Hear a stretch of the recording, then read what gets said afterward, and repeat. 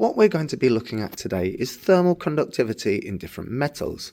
What you're looking at here is not some kind of a strange medieval torture device. It's basically a number of metal rods, each one a different metal, and they will be placed inside this container.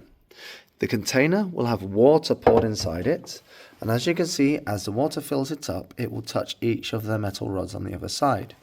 Now, depending on which metal it is, it will conduct thermal energy quicker or slower.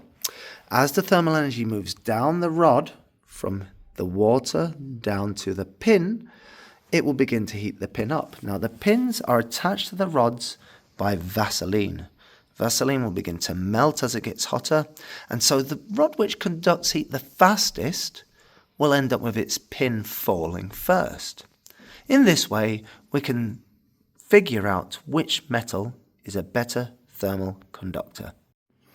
Now, as you can see, I've identified each metal and labelled it. So we have aluminium, brass, copper, zinc, lead and iron.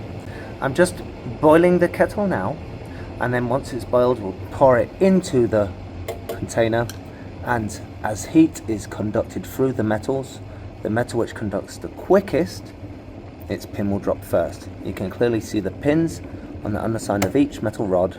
They're attached with Vaseline.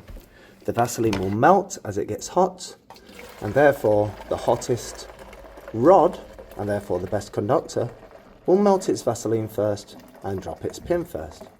I will be fast forwarding this video so we can see what happens, because it will take quite some time for one of these to drop off.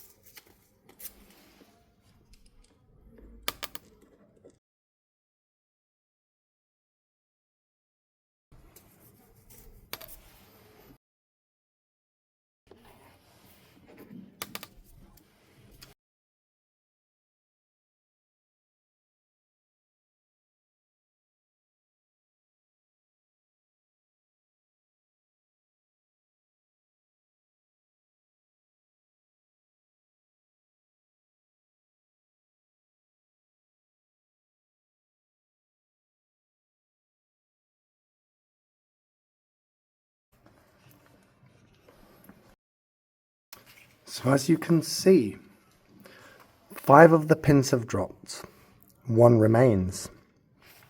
Copper was the first to drop, followed by zinc, then aluminium, then brass, then lead.